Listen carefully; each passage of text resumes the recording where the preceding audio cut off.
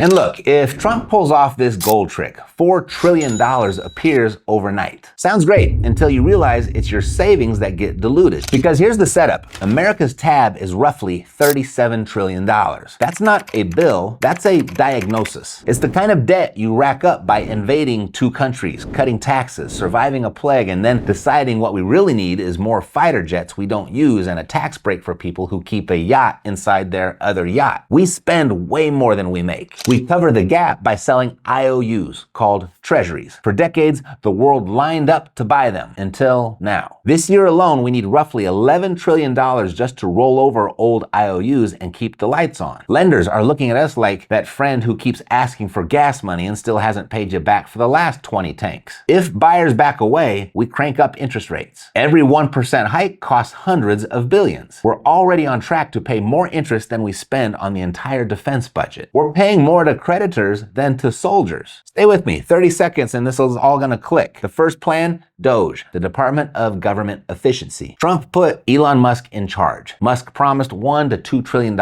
in cuts. How'd that go? The deficit didn't shrink. It got worse. As much as I wanted it to work, it flopped. So when just stop spending so much fails, you reach for the magic kit. The new plan, make new buyers. Step 1 here, create artificial buyers for our debt. Enter stablecoins. Congress passed the Genius Act. Anytime a bill calls itself genius, it was probably written by someone who still counts on their fingers. The rule, so-called digital dollars, must be backed one-to-one by safe liquid assets, short-term treasuries. The translation here is you're forcing crypto's plumbing to buy our IOUs. It's like fixing a crumbling foundation by making the local ant colony store all their crumbs in your basement. Not a structural fix. And now you got ants. And it's small. Stablecoins are about a $280 billion pond. Treasury auctions need trillions. That's like plugging the Hoover Dam with the juice box straw. So, step 2, the gold gambit. This one traces to Trump advisor Judy Shelton. Old school money idea, new school panic. Option 1, gold-backed bonds. The government borrows $4,000 today, pays 0 interest, and in 30 years hands you 1 ounce of gold. That's like pawning grandpa's war medals to pay rent, hoping you can buy them back before anyone notices they're gone. Option 2, the big one. America owns over 8,100 metric tons of gold. By ancient law, we pretend it's worth $42.22 an ounce. That's the 1973 price. We are valuing the nation's gold at the price of avocado toast and 2 lattes. The market price is north of $3,400. So the idea goes like this. A president could revalue it, say $15,000 an ounce. Then the Federal Reserve must print the difference and send it to the Treasury. Presto, roughly $4 trillion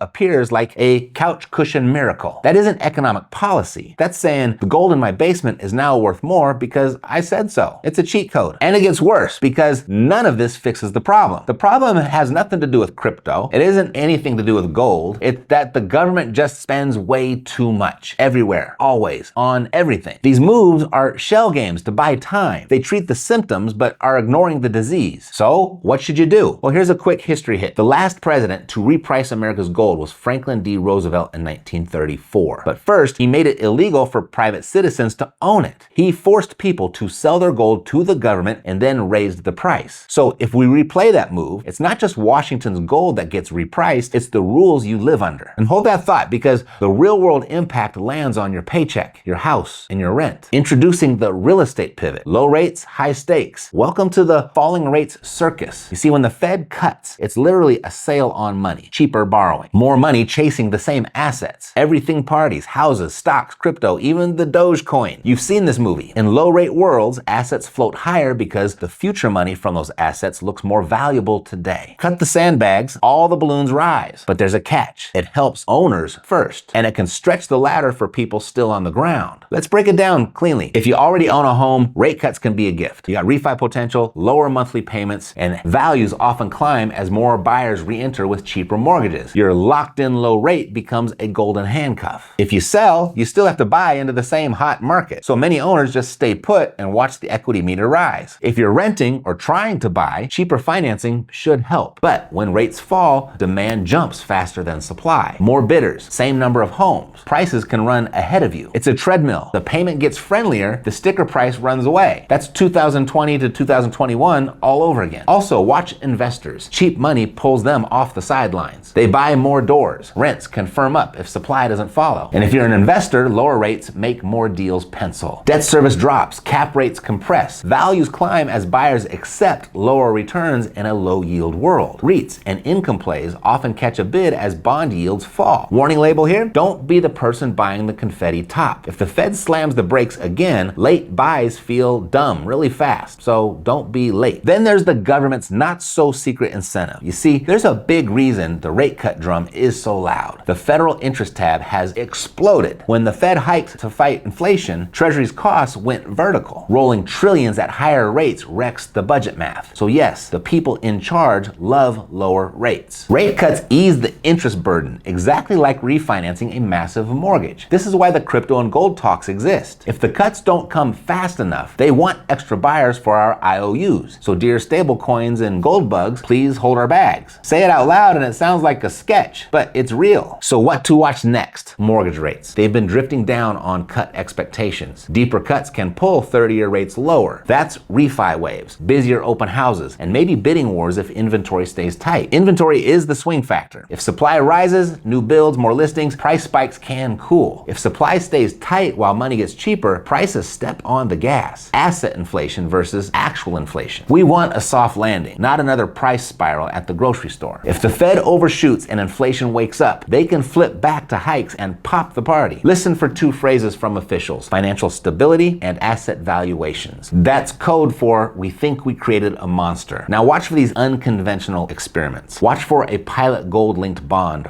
or tighter stablecoin plumbing. If foreign buyers keep trimming US debt, expect more creative ways to recruit domestic buyers. Policy talk. If affordability gets worse even with cuts, expect louder pushes for building, zoning reform, and first-time buyer support. If building ramps, that's your pressure valve. If it doesn't, the heat stays on. Your next move? If you've got a 6 to 7% mortgage and rates fall meaningfully, run the refi math and check for prepay penalties. If you want to buy, get pre-approved early and track payments, not just price. If you're sitting in cash, know that savings yields will likely fall. So don't stretch for goofy risk just to chase a few extra points. Bottom line, cuts are coming unless something breaks the other way. When money gets cheaper, assets move. Be ready instead of surprised.